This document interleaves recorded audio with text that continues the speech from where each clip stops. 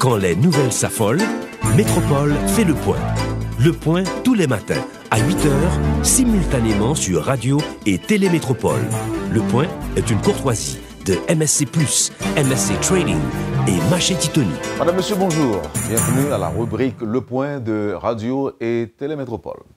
Nous accueillons ce matin deux groupes d'invités. Dans un premier temps, Michel-Pierre Brunache, conseiller juridique de l'ancien Premier ministre Laurent Salvador Lamotte, candidat à la présidence.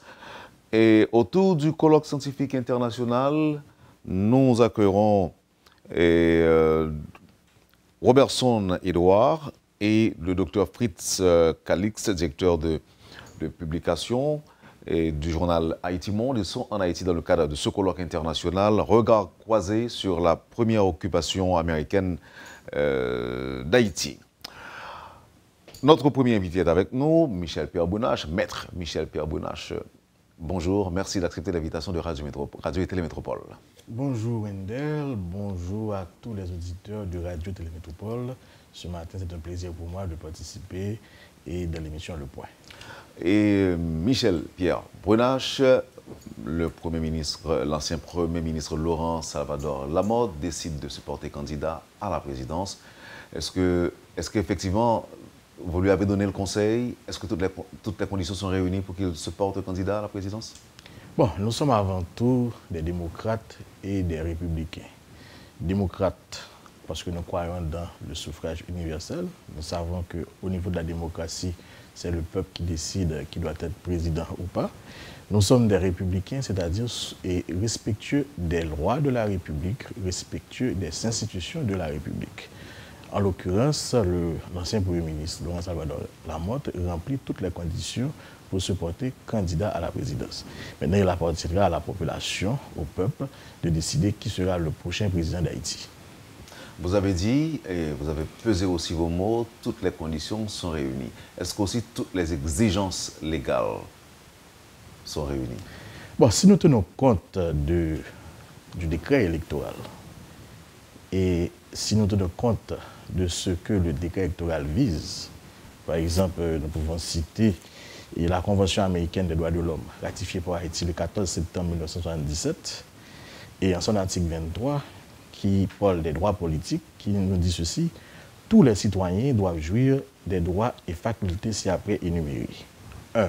De participer à la direction des affaires publiques, directement ou par l'intermédiaire de représentants librement élus. 2. D'élire ou d'être élu dans le cadre de consultations périodiques tenues au suffrage universel et égal, et par scrutin secret, garantissant la libre expression de la volonté des électeurs. Et si nous regardons, sur la base de cette convention ratifiée par l'État haïtien, et vous connaissez ce qu'on appelle la hiérarchie des normes, ou les conventions internationales dûment ratifiées, sont supérieures aux normes nationales. Donc, si nous regardons encore le décret électoral, et regardez bien, on a parlé de décret électoral et non pas de loi électorale. Pourquoi on parle de décret? Parce que c'est une disposition législative qui a été prise non pas par le Parlement, mais par le pouvoir exécutif, en l'occurrence le Conseil des ministres. Pourquoi c'est un décret? C'est tout simplement parce que le Parlement est dysfonctionnel. Et le décret lui-même consacre ce principe de la dysfonctionnalité du Parlement. Si nous regardons les considérants de ce décret, vous allez voir qu'on dit « considérant l'impossibilité actuelle des trois pouvoirs de l'État de procéder à la formation du Conseil électoral permanent tel que prévu par la Constitution ». Il y a un autre considérant qui nous dit « considérant le dysfonctionnement temporaire du pouvoir législatif et qui a lieu pour le pouvoir exécutif de prendre un décret relatif à l'organisation des prochaines élections ». Donc le décret électoral lui-même constate, tout comme le peuple, tout comme toute la population, que le Parlement est dysfonctionnel. Donc, basé sur ce principe, le Parlement étant dysfonctionnel, il y a des formalités qui sont impossibles à accomplir. Donc là, vous faites allusion à la théorie des formalités impossibles. c'est un principe consacré par la jurisprudence, consacré par la doctrine également, et qui est respecté dans tous les pays au monde.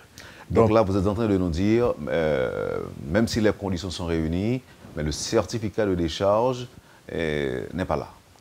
Et la loi et la Constitution prévoient que c'est le Parlement qui donne des charges. Et dans ce même décret électoral, il est prévu une exception.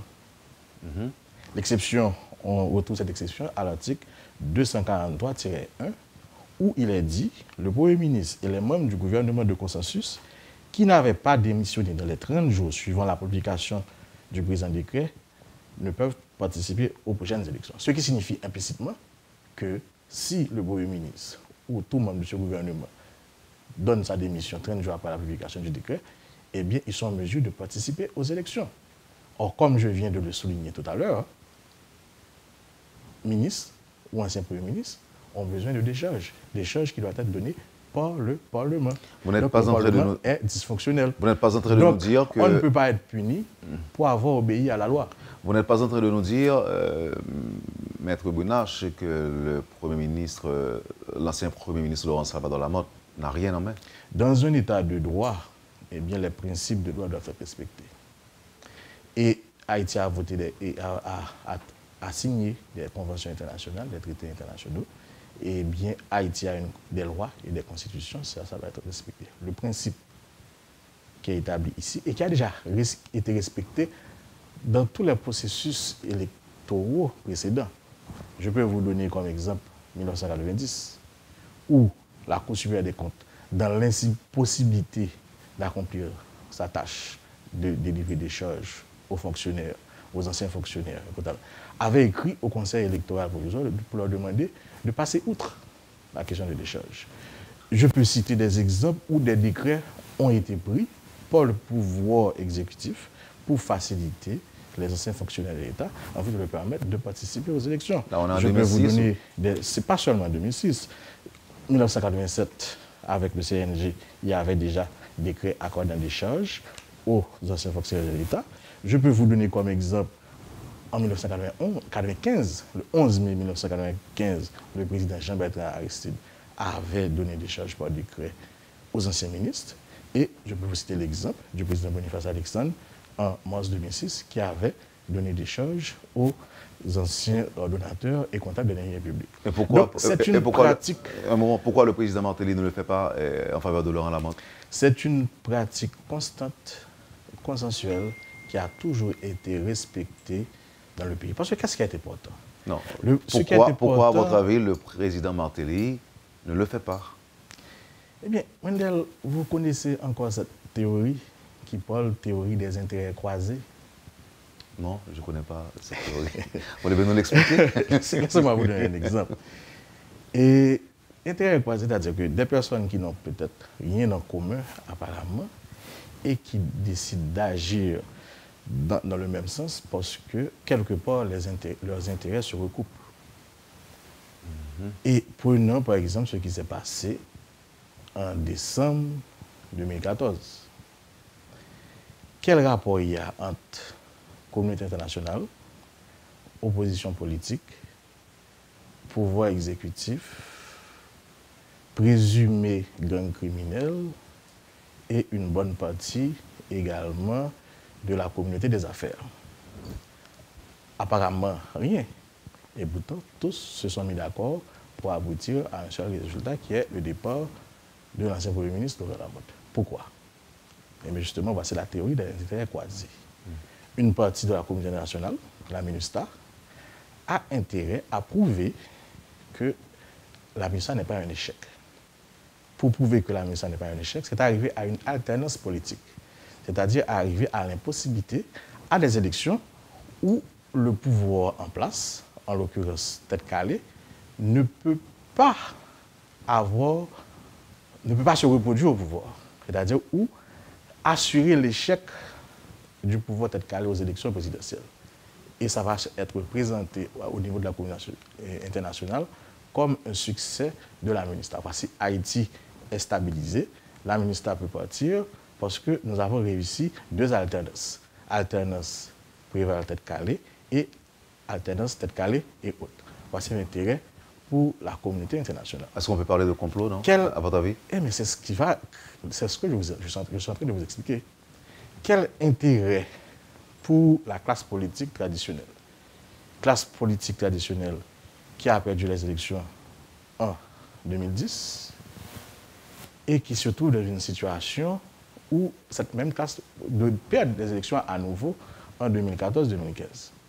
Donc, éliminer un adversaire potentiel, ça fait leurs affaires. Maintenant, vous allez me dire, mais que vient faire une organisation criminelle? Bon, il y a certains qui ont cru à tort ou à raison que si telle personne est en prison, c'est parce qu'il y a une volonté politique. Si on pouvait se débarrasser du gouvernement ou bien du Premier ministre, mettre en place une structure gouvernementale plus tolérante, eh bien, il y a certains procès expéditifs qui pourraient être organisés pour permettre la libération de certains prisonniers célèbres. Autre intérêt. Mais les acteurs Maintenant, quel intérêt d'autres entités politiques, secteur des affaires ou autres, bon, qui n'ont jamais digéré, je dirais, la victoire de Tête-Calais, qui rêvent de revanche politique, eh bien, c'est bien de manipuler le pouvoir exécutif, leur faire comprendre qu'il est dans leur intérêt de perdre le contrôle du pouvoir et leur assurer ainsi une certaine sécurité après les élections. Donc, vous voyez ce qu'on appelle théorie des intérêts croisés, c'est-à-dire que des entités qui apparemment n'ont rien en commun se retrouvent sur un seul point. Et à ce moment-là, ils convergent leurs forces et prennent des décisions. Alors, le problème, c'est que ces mêmes acteurs sont encore là. Ils ont souhaité le départ de Laurent Lamotte comme Premier ministre, mais aujourd'hui, Laurent Lamotte, candidat à la présidence, comment va-t-il s'y prendre pour faire face à ces mêmes acteurs qui sont là et du seul sait s'ils n'ont pas donc le contrôle du BCEN ou bien du BED ou encore du CEP? Toute bataille qui a pour base les principes de droit, les principes de liberté fondamentale, les principes démocratiques, toutes ces batailles-là valent la peine d'être menées. C'est pour le bien de la population, c'est pour l'avenir d'Haïti. Et tout homme politique, tout citoyen patriote doit se mettre dans cette bataille. Mais les autres candidats vont dire la même chose, Maître Bunache. C'est-à-dire? En réponse à ce que vous venez de dire, que c'est à raison de mener cette bataille, eh bien, eux aussi, ils vont mener une bataille pour remporter les élections. Absolument. Eh bien, respectons la volonté de la population. Allons tous à hommes égaux devant la population et demandez leur vote. C'est ça le principe démocratique. C'est ça le suffrage universel. Chaque homme, un vote. Alors, permettez que je revienne sur une question que je vous ai posée tantôt, Maître Bunache. Est-ce que nous savons bien que le Parlement n'existe pas, en fait, dans son entièreté, n'existe pas, et c'est la seule entité qui est habilitée à délivrer un certificat de décharge. Je viens vous donner des exemples. 1990, oui. 1995, 2006 et 2010 également. 2010, qu'est-ce qui avait été retenu par le CEP? Eh bien, tout simplement, c'est la doctrine dite de la théorie des formalités impossibles. Et c'est ainsi que Jacques-Édouard Alexis, ancien Premier ministre, c'est ainsi que Yvon Neptune, ancien Premier ministre, et d'autres personnalités d'envergure ont pu participer aux élections. Ce qui a été fait à 4, 5, 6 reprises, pourquoi ça ne peut pas être fait aujourd'hui? Pourquoi? Non, est-ce que, par exemple, Thierry Mayar-Paul s'était présenté au BED de l'Ouest 1, il affirme en tant que candidat être détenteur d'un document.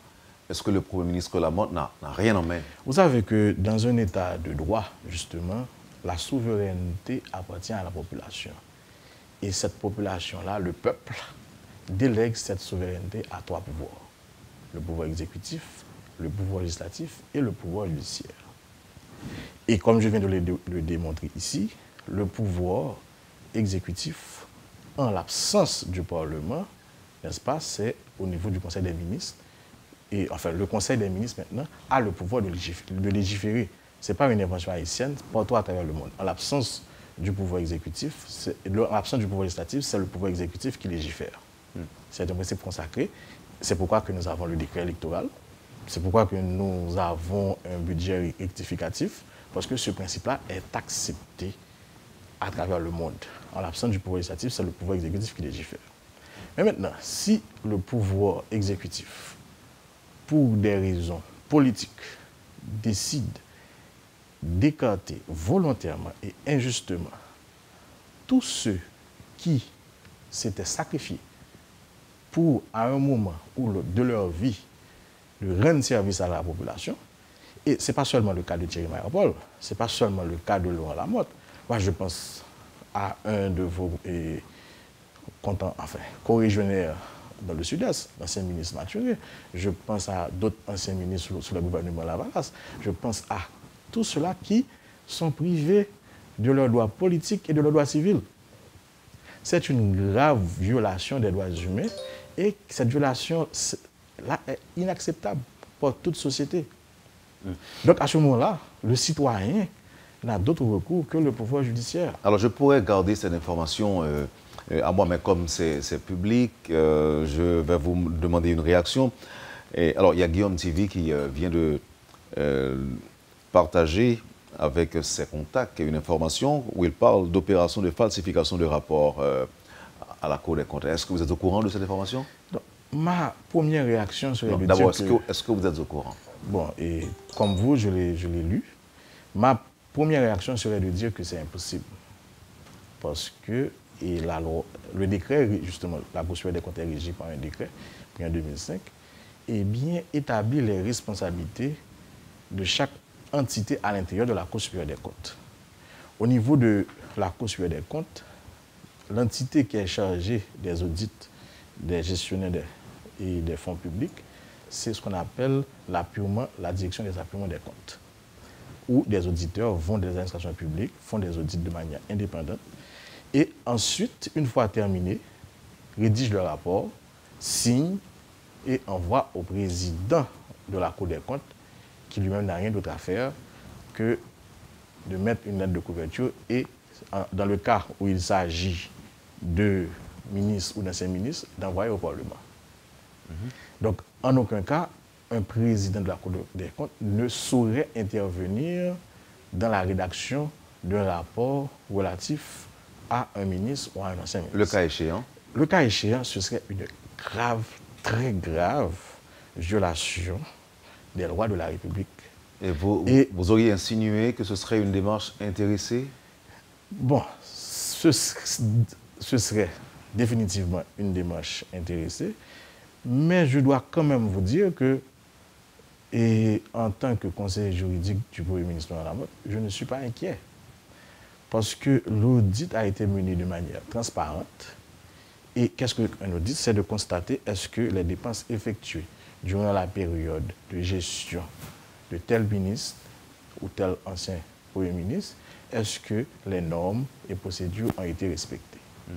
Donc, est-ce que vous vous sentez, est-ce que au niveau du camp Lamotte ou encore au niveau de l'équipe Lamotte, est-ce que vous vous sentez armé, suffisamment bien armé pour mener cette bataille? Nous nous sentons confortables parce que, eh bien, le rapport d'audit terminé il y a quelques jours ne révélait que quelques irrégularités mineures, n'est-ce pas, et qui datent d'avant la période de gestion de Laurent Lamotte.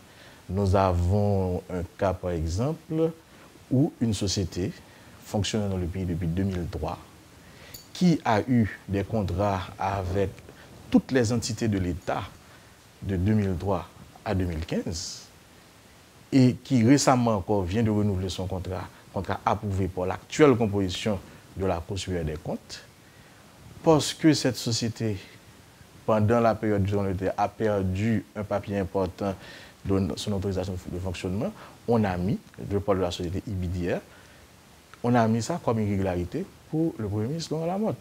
Donc, ok, c'est tout à fait normal, les auditeurs ont fait leur travail, mais n'importe quelle entité peut comprendre que ceci ne peut pas être imputable au ministre de la Planification. Donc, il y a d'autres exemples. Tout le monde sait que le pouvoir exécutif utilise des hélicoptères, que le président de la République se déplace à travers tout le pays et le plus souvent en hélicoptère. Et il y a un contrat de service pour ces hélicoptères-là.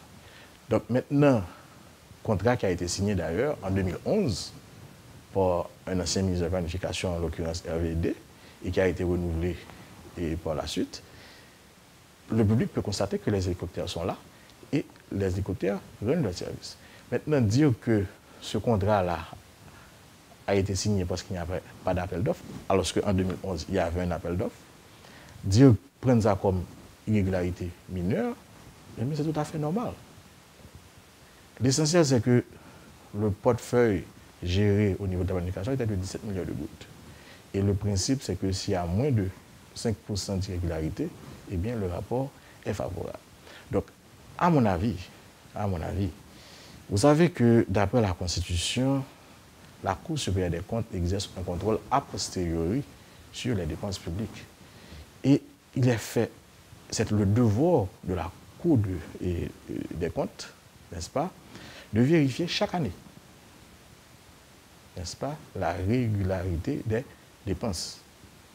Maintenant, si la Cour des comptes n'a pas fait son travail en 2011, 2012, 2013, 2014, eh bien, on ne peut pas rendre le ministre responsable des défaillances de la Cour des comptes. De toute façon, nous sommes sereins, n'est-ce pas? Et cette manœuvre désespérée, si c'est vrai, eh bien, démontrait quand même qu'il y a des... Laissez-moi écarter cette possibilité parce que le docteur Saint-Paul, quand même, un ancien député qui a fait des études sérieuses, qui est un personnage important, je ne pense pas qu'il irait à s'abaisser à falsifier un rapport. Laissez-moi écarter ça d'un revers de main. Merci infiniment, Michel Pierre-Bounache. Nous étions très contents d'avoir la possibilité de vous parler, de vous accueillir sur le plateau de la rubrique Le Point de Radio et Télémétropole. Merci infiniment. Merci Wendell, ça a été un plaisir pour moi de retrouver les plateaux de Radio Télémétropole et je reste entièrement à votre disposition pour toutes vos questions. Merci. Okay. Michel Pierre-Bounache, conseiller juridique de l'ancien Premier ministre Laurent Salvador Lamotte, actuel candidat à la présidence. Au retour, Madame, Monsieur, nous accueillerons Robertson Edouard et Dr Fritz Calixte dans le cadre du colloque international, du colloque scientifique international, Regard croisé sur la première occupation américaine d'Haïti. Merci de votre intérêt, ne quittez pas, on vous revient tout de suite après la pause. Merci.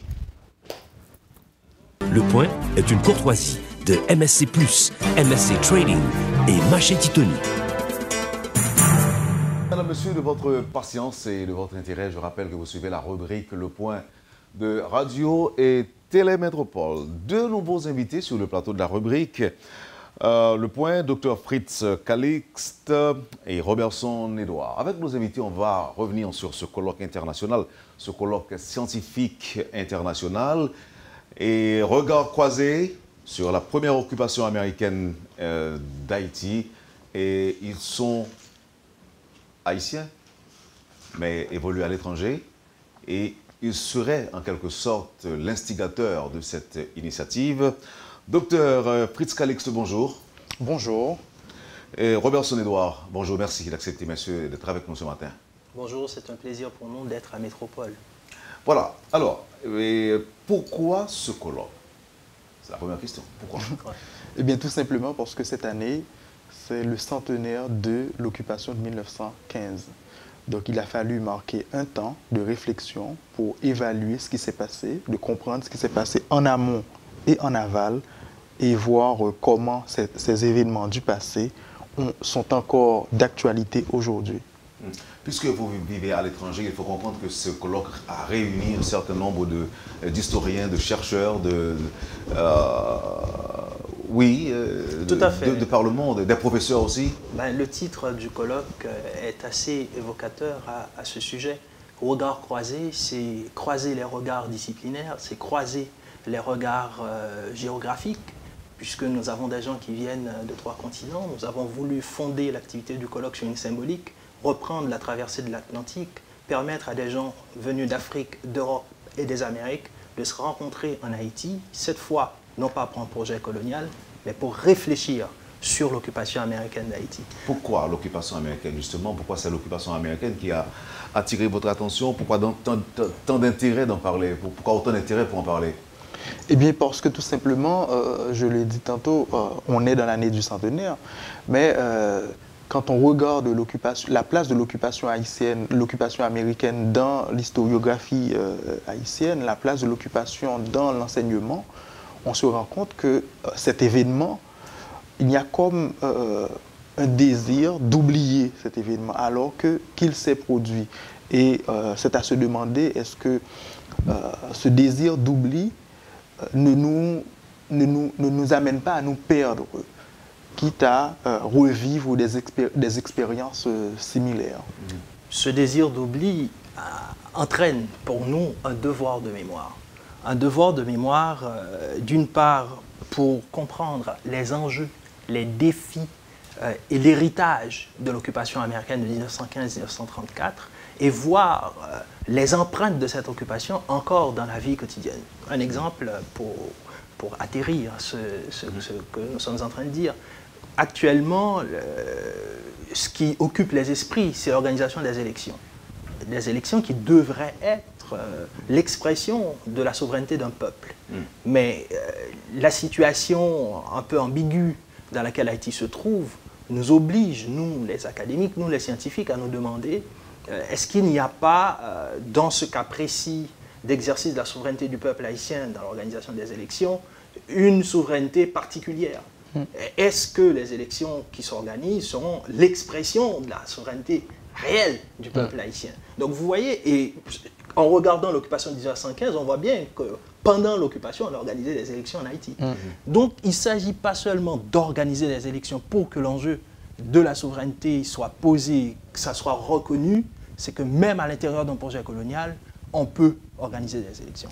Ce que vous êtes en train de nous faire comprendre, messieurs, que OK, on ne peut pas parler d'occupation américaine de manière palpable, physique, en quelque sorte, parce que les soldats de l'occupant, en quelque sorte, je ne vais pas parler de la MINUSTAH, en fait, ne sont pas là, mais vous êtes en train de nous dire que c'est comme qui dirait, on serait encore spirituellement ou mentalement occupé, encore aujourd'hui, un siècle après. Dire qu'on est occupé, justement, il y a eu, j'en profite pour donner quelques petites informations autour du déroulé du colloque. Nous avons eu une intervention après la grande séance d'ouverture de Laurent Dubois sur penser l'occupation américaine d'Haïti. Nous avons eu l'intervention de Edlin Dorismont sur qu'est-ce qu'être occupé. Donc aujourd'hui, nous ne pouvons pas dire que nous sommes en situation d'occupation, mais il y a peut-être même avant la présence des militaires des Nations Unies en Haïti, il y avait lieu de se demander est-ce que nous avons l'entière disposition de notre souveraineté. Un pays qui dépend économiquement dans son budget pour, je ne sais pas, chaque 70 gouttes sur 100 gouttes dépensées par l'État, ce pays a besoin de l'aide internationale. Est-ce qu'on peut parler d'une entière disposition de l'exercice de la souveraineté? Dans le cadre des élections, on a entendu les membres, le gouvernement, des membres de partis politiques dire que l'argent n'est pas réuni, la somme totale pour organiser des élections n'est pas là. On attend de l'étranger l'apport pour réaliser l'acte souverain par excellence. Le moment où les citoyens délèguent leur pouvoir à leurs représentants. Pour accomplir cet élément symbolique de la souveraineté, on a besoin de l'international. Donc, l'occupation, est-ce que nous ne... bon, dans le colloque, on a très bien analysé cet aspect-là, l'aspect où les causes internes à l'intérieur de la société qui ont amené l'occupation. Est-ce que nous-mêmes, en en fuyant nos responsabilités, contribué, nous n'ouvrons pas la porte à l'international pour que cette communauté rentre dans nos affaires. Mais aujourd'hui, on organise ce colloque et, qui réunit des scientifiques venus de 3 continents, pour vous répéter. Oui. Et nos auditeurs et téléspectateurs qui nous suivent maintenant auront ou encore devront s'attendre à quoi après le colloque?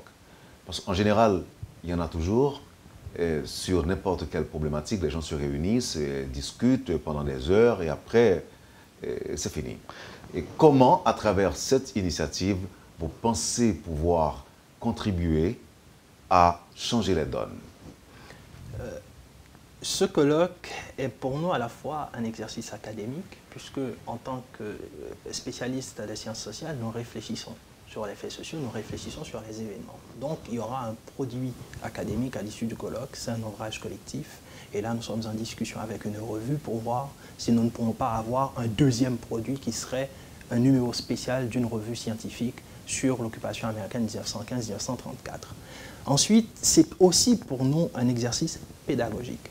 Déjà, permettre à des gens venus des 3 continents, des gens issus de différentes, entre guillemets, races, donc il y a des blancs, il y a des noirs, permettre à des gens qui ne partagent pas toujours le même point de vue de se réunir, de discuter et d'arriver à se comprendre, c'est déjà pour nous marquer une rupture. Marquer une rupture dans l'expression de la dissidence, mais dans le respect de l'autre. C'est pour nous marquer une rupture dans la construction du vivre ensemble. Ensuite, ce colloque également est pour nous un moyen de réfléchir sur 2 choses et d'aider la génération actuelle et les suivantes à continuer cette réflexion. Ces 2 choses sont les suivantes. C'est une première interrogation. Pourquoi cet éternel retour de la colonisation en Haïti? Pourquoi ce besoin continu à chaque fois de revenir à un débarquement militaire de l'étranger pour résoudre nos problèmes internes? La deuxième question, c'est comment dépasser la colonisation? Comment penser la décolonisation? Parce qu'il ne s'agit pas seulement de faire un mouvement de contestation, un mouvement de résistance. Il faut sortir du schéma même de la colonisation. Et c'est cet effort auquel nous appelons les jeunes et les moins jeunes à venir. Aujourd'hui, c'est le dernier jour du colloque, mais il y a toujours moyen pour vous de venir. J'invite tout le monde à venir à la dernière journée à la Bibliothèque nationale pour réfléchir ensemble sur la décolonisation. Et vous allez voir, ce n'est pas une mince affaire. Il ne s'agit pas juste de prendre les armes, il ne s'agit pas juste de sortir dans les rues, de faire des manifestations. Penser la décolonisation exige beaucoup plus que cela. Et, oui, mais alors, la grande question que l'on peut se poser à vous entendre parler, c'est est-ce que pour les jeunes, ou encore pour les gens qui généralement gagnent les rues pour manifester, pour protester, est-ce que ce dont vous parlez là, est-ce que ça représente une préoccupation pour eux, effectivement? Comment devrait-on s'y prendre aujourd'hui pour se défaire de cette pratique récurrente de faire appel aux Blancs pour nous aider à résoudre nos problèmes? Comment devrait-on s'y prendre? Bon, déjà, pour revenir à la journée d'aujourd'hui, nous disons que le colloque n'est pas terminé. Il reste cette journée et la grande conférence de clôture qui sera faite par Gilles Bibeau sur la décolonisation. Pour revenir à la question elle-même, on a besoin de tous les hommes de bonne volonté, peu importe son lieu d'origine, qu'il soit d'Afrique, d'Amérique, d'Europe. On a besoin de tout le monde pour penser nos problèmes, pour dépasser nos problèmes, pour trouver des solutions. Mais ce qu'il faut voir, en fait, durant ce colloque, personnellement, j'ai fait une intervention sur la revue indigène. Ça m'a paru intéressant.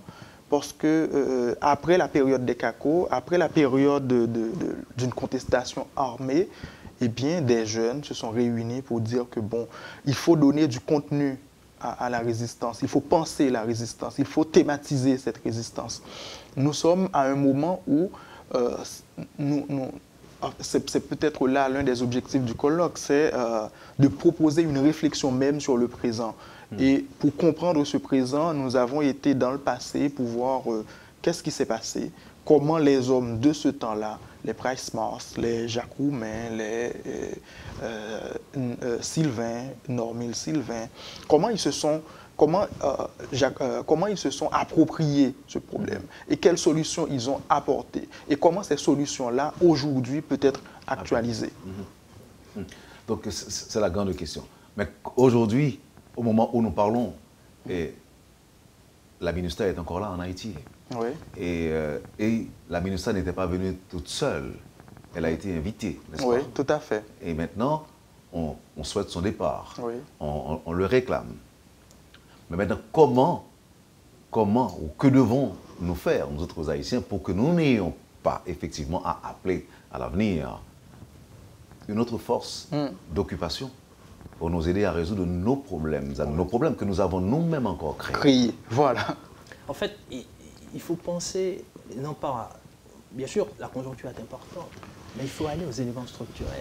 Et c'est à cela qu'appelle le colloque. C'est essayer de comprendre quelles sont les causes structurelles, internes. Qu'est-ce qui empêche à nos élites de se mettre d'accord sur un projet de société? Qu'est-ce qui fait en sorte que quelqu'un... Et là, il y a une pyramide ascendante de l'individu qui se trouverait le plus pauvre vers l'individu qui se trouverait le plus riche à aménager des espaces d'impossibilité de vivre ensemble. C'est arriver à voir comment mettre tout le monde ensemble autour d'un projet collectif. Et ça, il faut le penser. L'autre chose qu'il faut ajouter à cela, et nous, bien modestement, nous y contribuons, c'est, je vous donne un exemple d'une activité à laquelle nous avons pensé. La résistance en Haïti prend souvent la forme d'un acte de destruction. On brûle les pneus, on brise, on détruit. Et nous nous disons, mais pourquoi est-ce qu'on ne peut pas penser à une résistance créatrice? Alors permettez que je dise, on savait aussi couper les têtes et brûler les cailles. Entre parenthèses. Voilà. Et les auditeurs vont comprendre pourquoi je dis... À un moment donné, c'était peut-être la solution. Mais aujourd'hui, on peut s'interroger sur la pertinence et l'efficacité de cette solution pour la société haïtienne contemporaine. Et là, nous nous demandons, est-ce qu'il ne serait pas bien de penser à d'autres formes d'expression de la résistance qui seraient des formes d'expression créatrices? Et là, vous le voyez, ça joue à deux. À la fois du côté des personnes qui résistent, mais à la fois du côté des personnes contre qui on résiste. Donc, ouvrir un espace où on pourrait accueillir ces formes de résistance créatrice, par l'art par exemple. Il y a un art de contestation. Et cette forme de résistance créatrice, ayant eu un écho auprès des personnes, ayant eu un résultat auprès des personnes, ça pourrait devenir avec le temps une issue, une alternative aux formes de destruction. Il faudra une nouvelle, une autre mentalité, une autre éducation aussi, une autre culture, n'est-ce pas? Pas nécessairement. En fait, c'est très intéressant parce que nous avons vu que notre indépendance, nous l'avons eue avec couper tête brûlée et la politique de la terre brûlée. Mais nous ne pouvons pas rester dans la révolution permanente. Il faut à un moment donné, et ça, je crois que c'est Césaire qui le dit, Haïti a montré la voie, a montré que bon, on peut accéder à l'indépendance, mais ce qu'il nous reste à faire, et qui est tout aussi révolutionnaire, c'est de montrer que nous pouvons arrêter cette révolution pour initier une autre révolution.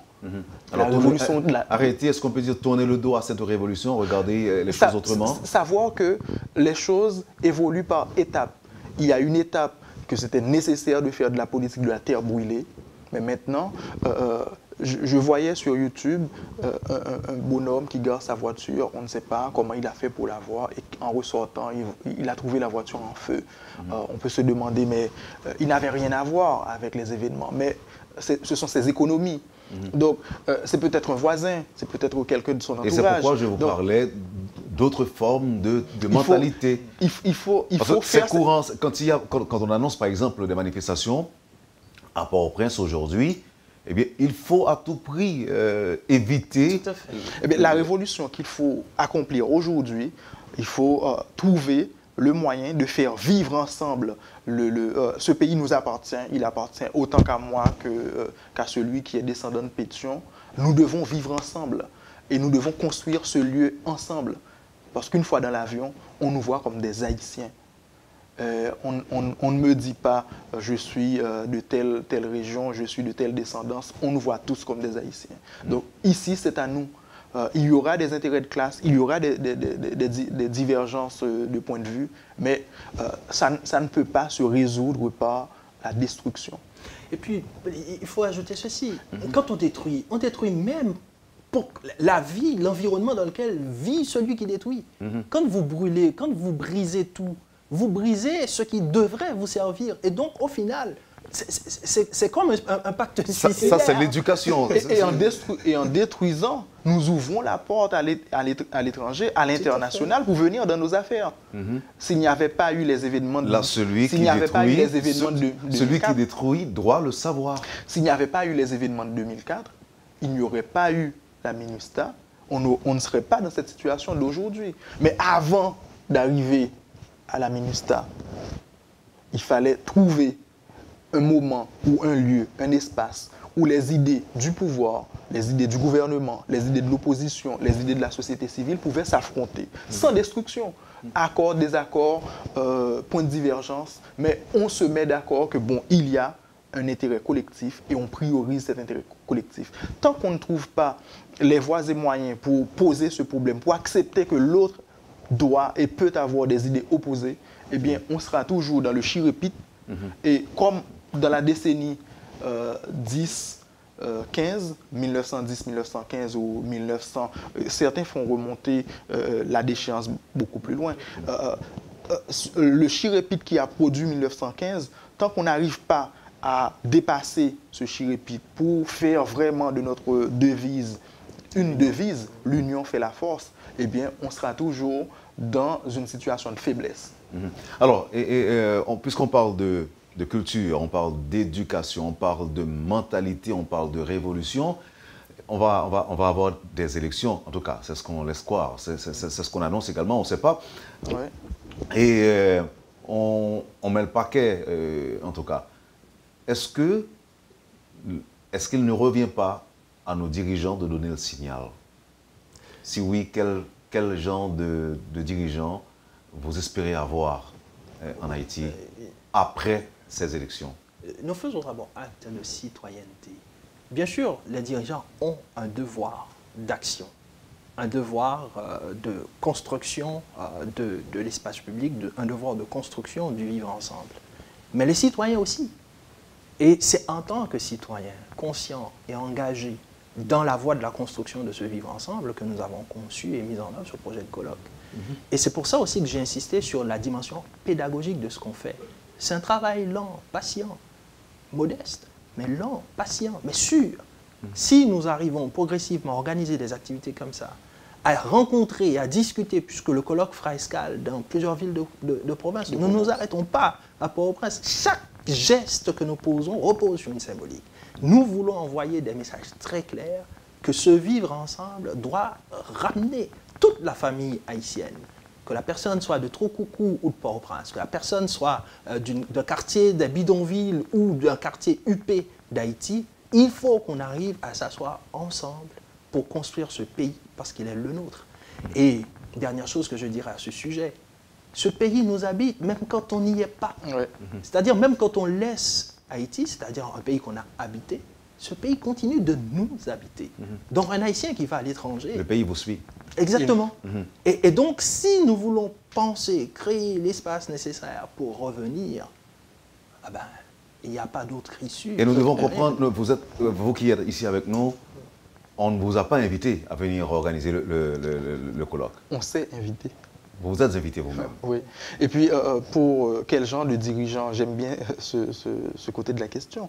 Non, ce serait présomptueux de notre part de dire que, bon, nous voulons tel type de profil pour être président de la République. Non, c'est le peuple qui décide, c'est l'ensemble des citoyens.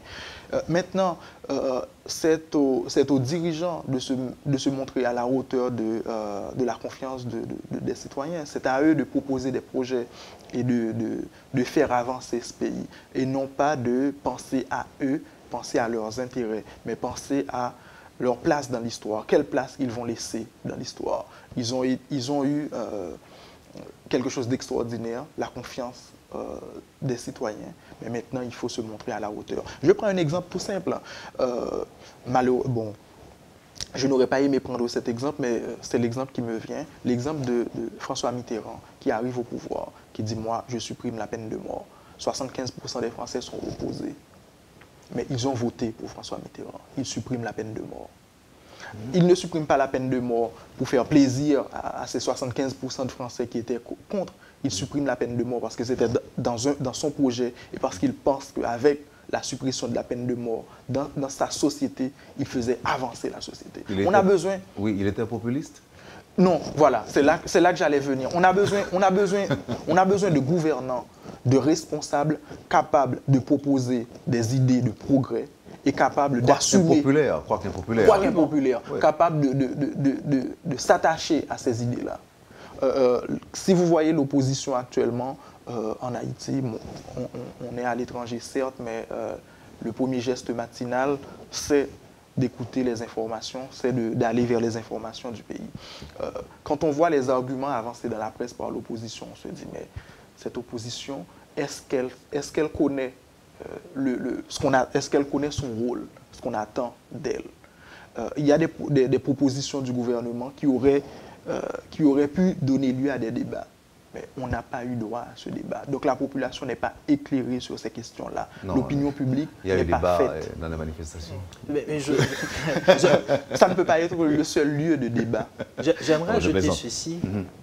Je m'en voudrais de laisser toutefois l'impression que ce colloque est téléporté. Il y a des acteurs en Haïti qui y ont beaucoup contribué. Nous avons eu une collaboration exemplaire de l'ISER Sierra dans l'organisation de cette activité, qui est d'ailleurs l'Université d'État d'Haïti est l'institution hôte du colloque. Donc voilà, ce n'est pas juste nous qui prenons une initiative et nous faisons tout. Et la Bibliothèque nationale qui nous accueille, Emily Prophète qui nous accueille. Qui fait un travail extraordinaire. Et nous avons notre chère amie, une très bonne amie dans le comité d'organisation, Yudline Cherizar, qui est véritablement la cheville ouvrière de ce colloque. Alors, si quelqu'un qui nous suit là et qui manifeste le désir ou la volonté de vous rejoindre, eh bien, il a le temps d'aller à la Bibliothèque nationale 193. Aujourd'hui? Oui, 193 de la route du Centre pour assister à cette dernière journée qui se termine autour de 15h, 16h. Alors, je terminerai en disant que vous vivez en France, Dr Fritz Calix, oui. Robertson Edouard, vous aussi, et vous êtes de l'Université Laval. Laval, oui, je vis à Québec. Au Canada. Merci infiniment, messieurs. C'était un plaisir de vous accueillir sur le plateau de la rubrique Le Point de Radio et Télémétropole. J'espère qu'on pourra bientôt refaire le point sur ce point-là. Et avec évidemment la satisfaction, au moins le plaisir d'avoir fait plaisir à tous nos auditeurs et téléspectateurs qui ont suivi ce show aujourd'hui. Merci encore une fois, messieurs. Merci à vous de nous avoir accueillis. Vous avez suivi, madame, monsieur, la rubrique Le Point de Radio et Télémétropole. Robertson Edouard et Dr Fritz Calix étaient nos invités ce matin. Avec eux, on parlait du colloque scientifique international Regard croisé sur la première occupation américaine d'Haïti, tout en vous rappelant que nous avions reçu également à cette rubrique aujourd'hui Michel Pierre Brunache, conseiller juridique de l'ancien Premier ministre Laurent Salvador Lamotte. Merci de nous avoir accueillis chez vous. Passez un excellent week-end avec Métropole. Et à lundi. Merci. Le Point Merci. Tous les matins à 8h, simultanément sur Radio et Télémétropole. Le Point est une courtoisie de MSC+, MSC Trading et Machete Tony.